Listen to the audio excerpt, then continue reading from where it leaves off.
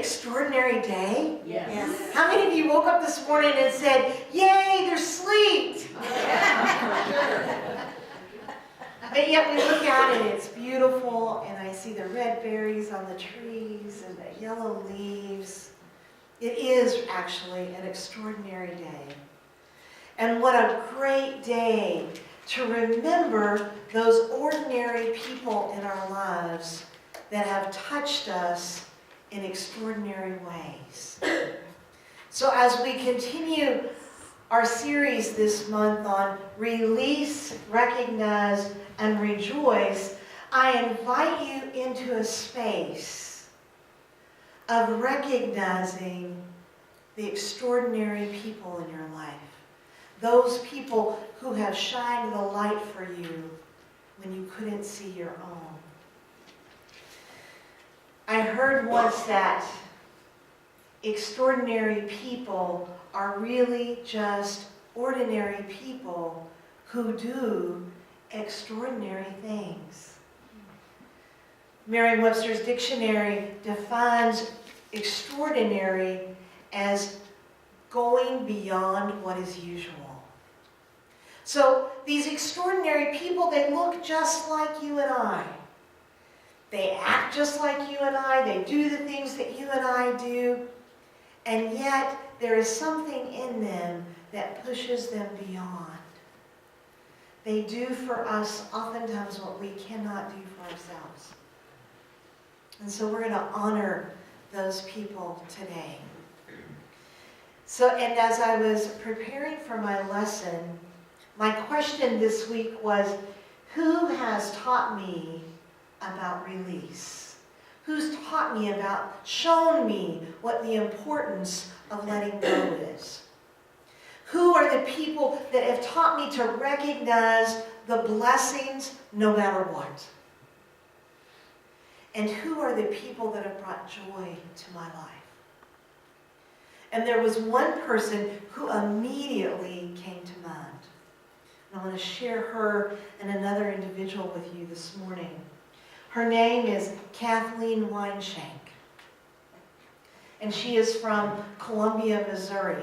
When I first met Kathleen, it was my very first Sunday in Unity of Columbia. And I wasn't happy to be in Missouri. In fact, I told all of my friends in Colorado I was going to misery. And to show you the power of the words, I was pretty miserable. I was so miserable that Jane had offered to buy me a plane ticket to send me back to Colorado. And in a divine inspiration one morning, she said to me, so we have two choices. I can get you a ticket to go back to Colorado, or maybe we could go to this Unity church. Because I remember when you were in college, you used to get this little book called The Daily Word. And that's made by Unity. And I said, really? Like, I had no idea. And she said, yeah, and I think there's a Unity church here. Maybe we should go. And so So she had drugged me to this church. I wasn't happy to be there. I cried through the whole service. It was in the midst of that service that I'd gotten the call to ministry again. And so I had this strong pull to be a minister. So at the end of that service, I was very emotional. I was also, I know it's hard for you all to believe, I was also very anxious. I was in a new place I didn't want to be, around people I didn't know, in something that was foreign to me. And I really couldn't wait to run down the aisle and get the hell out of there. You know? And here comes this beautiful creature in a powered wheelchair rolling right up to me. So it was either stop or have a collision. And immediately, Kathleen beamed with joy and said, welcome home. Wow. Welcome home. You know, and she said, we're so glad you're here. We're so glad to have you. I was struck immediately about how much joy she had. I had never really known anyone so excited to see me before. And it was genuine. She was genuinely happy that I was there. And before knowing Kathleen, I would have said, I've never known anyone so joyful that was disabled. But Kathleen taught me there wasn't a disabled thing about her. That if anything, she had abilities that I couldn't touch. That in fact, instead of disabled, she was special-abled. You know? Yes! You reminded me of her. I've told her about you. About Miss Stephanie. And so Kathleen immediately tried to hook me in. Like she immediately was like, we need a teacher in youth ministry. We need somebody to sing in the choir. We need, you know, and you need to do this. And she wanted me to be a prayer chaplain. And I really felt like I was completely unqualified to be a prayer chaplain. So I waited a little bit, and she finally hooked me in, and I became a prayer chaplain. And that is when she and I had a chance to connect more deeply and more intimately. And what I discovered was that she was a woman of great faith. Like, no matter what she faced, she never doubted that God was with her. She just never doubted it. And she was a powerful prayer presence. When she prayed with you, you felt different. And I remember a conversation we had one time about her being in a wheelchair and about all the challenges that she had faced. And she said, you know, I don't know why. I don't know why God put me in this body. I don't know why. Maybe it was so that I could be an advocate, so I could help other people, you know, that don't have a voice anymore. Maybe so I could be an advocate. Or maybe just so I could encourage people. So people could see what I can do, and they would know that they could do it too. And the truth was, she was both of those. She wrote letters to the editor. She wrote letters to people on city council. She had meetings with the mayor, advocating that all people have the right to public access. That if you're in a wheelchair and you want to take a train ride, you should be able to get up on the platform and take a train ride. And because of her, that community was changed. But that wasn't what makes Kathleen extraordinary to me. What makes Kathleen extraordinary to me is her love. She loves full on. She loves no whole bar. You know, she loves fully and completely. And when I emailed her this week and I said, I'm going to talk about you in my lesson. What do you want me to tell my congregation about you? She said, I love animals and children. That was it. I love animals and children. What I know about her is that she not only loves animals and children, she loves people. And she loves unity. And she loves God. And so she is open and available and serves in any way that she's called. She has prayed for me throughout my journey to become a minister. When I would go back to Columbia, we would spend time in prayer together. She's prayed for me when I didn't know she was praying for me.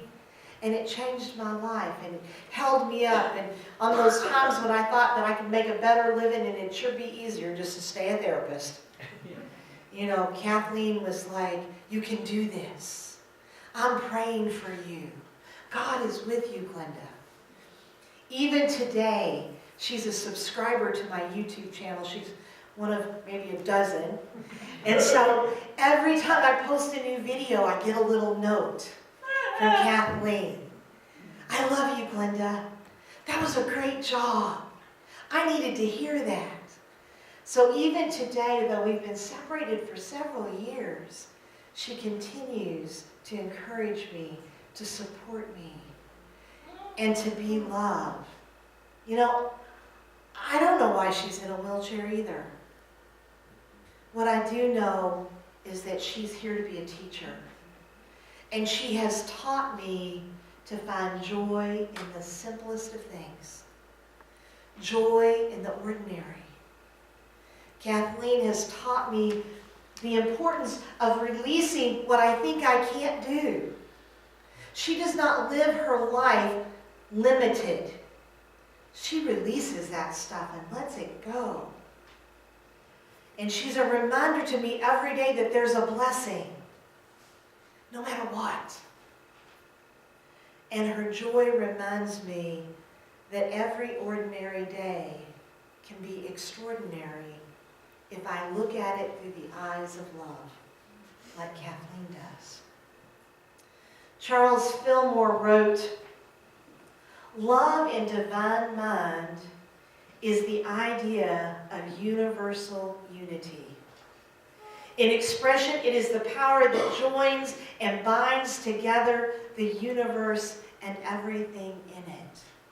So I'm going to ask you all to do me a favor.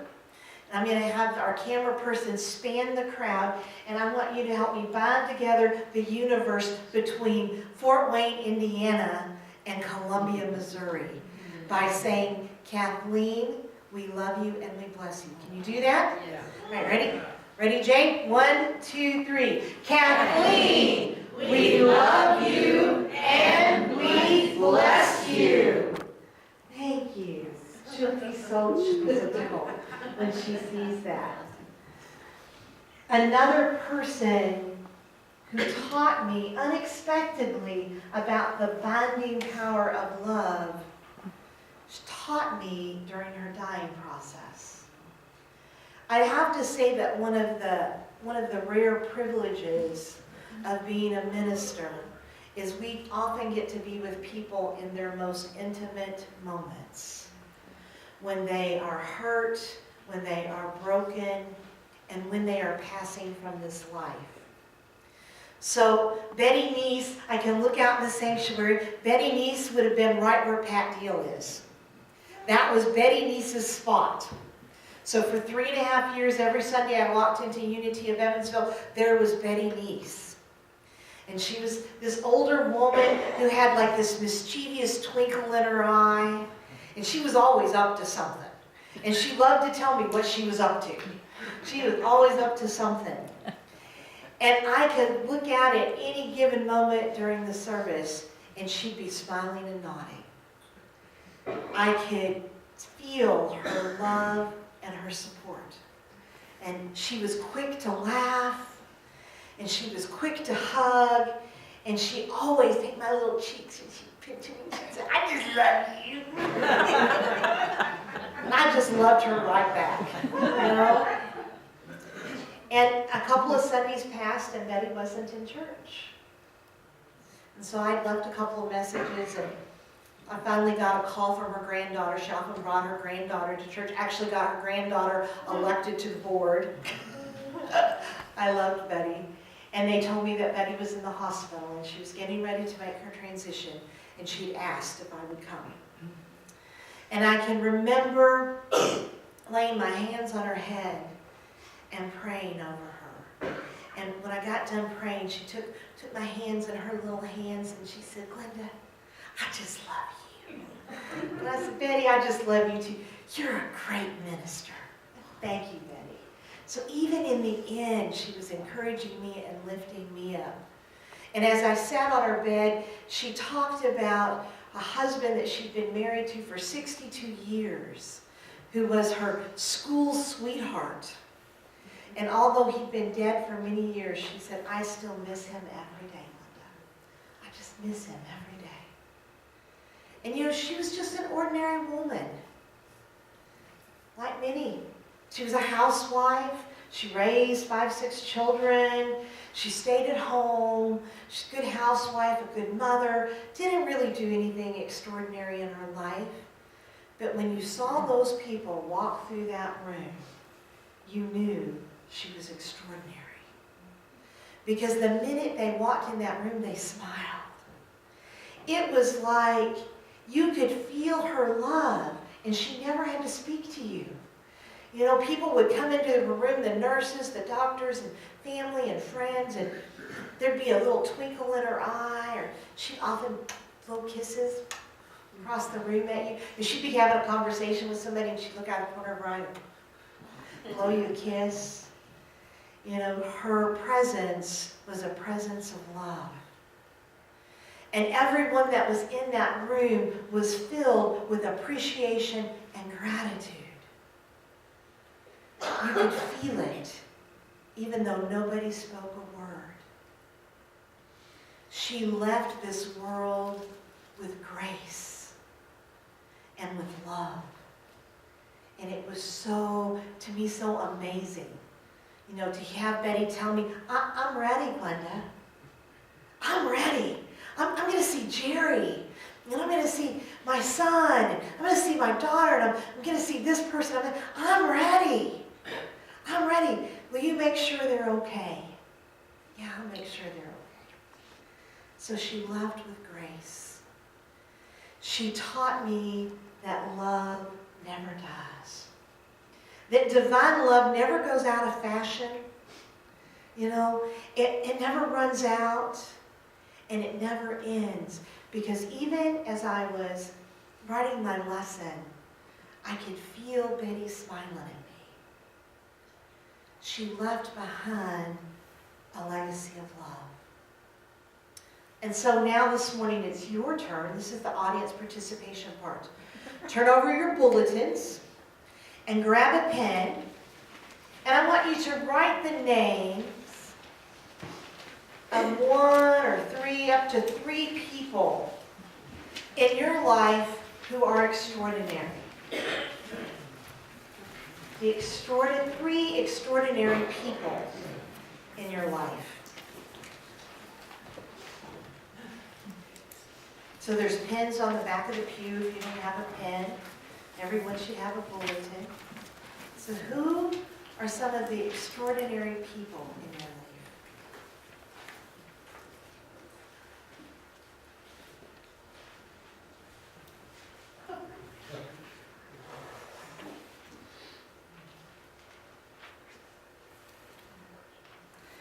And then next to those names, write down 2 or 3 words that you would use to describe those people. I'll try to stand still, camera rolling, so you can do the homework. So just a couple of words that describe them.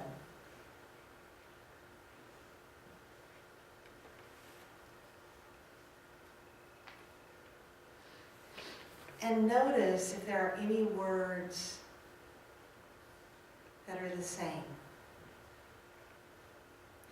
When I think of both Betty and Kathleen, the 3 words that come to mind are faith, love, and joy.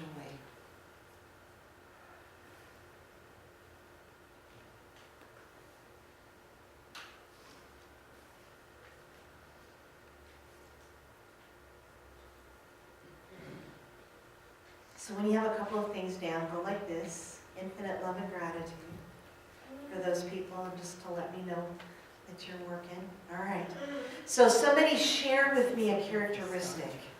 What's a characteristic? Just yell it out. Encouraging. Encouraging, kind, acceptance, humble, spiritual, constant, grateful, laughter. All right. Now I want you to look at that list, and I want you to look at those words, and I want you to think about, how do you show up as kind? How do you encourage others?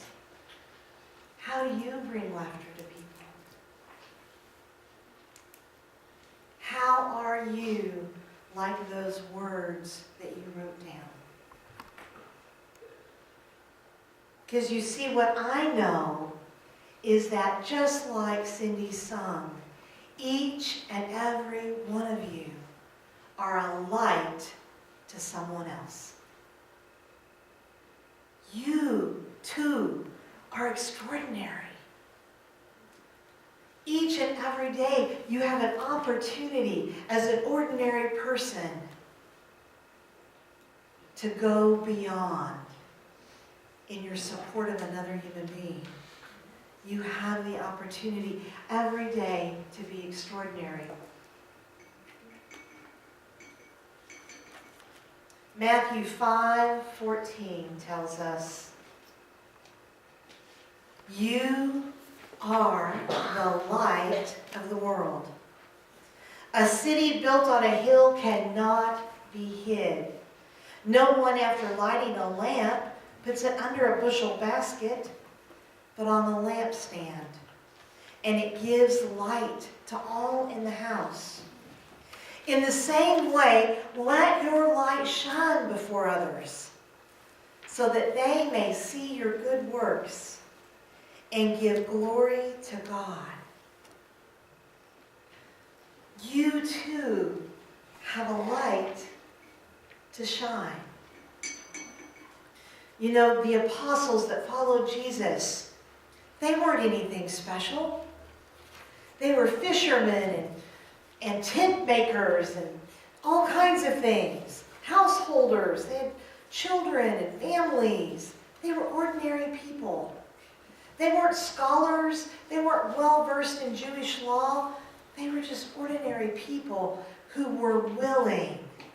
They had willing hearts and they had willing hands, and they were willing to be the reflection of Christ's light in the world.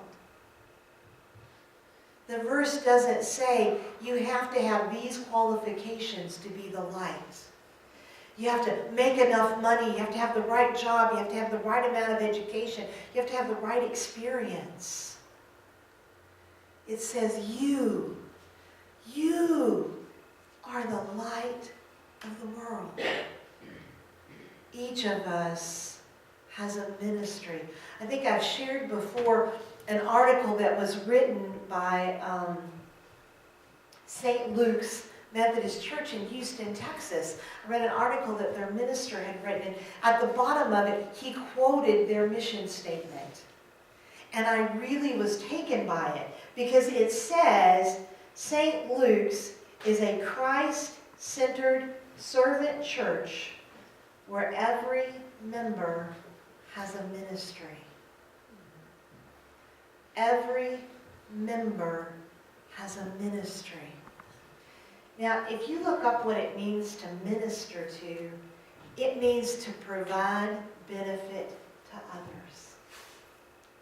Doesn't mean that you have to carry your Bible, you have to quote verses, you have to convert anybody. To minister is simply to benefit others. To go beyond what is usual. To be present. To be the presence for someone else. In your bulletins this morning, we received a thank you card.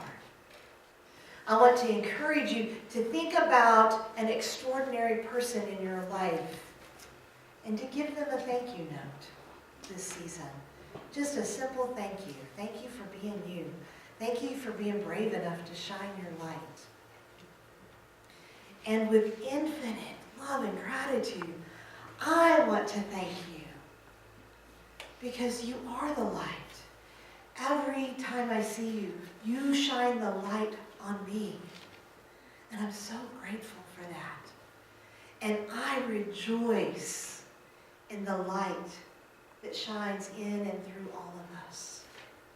Namaste.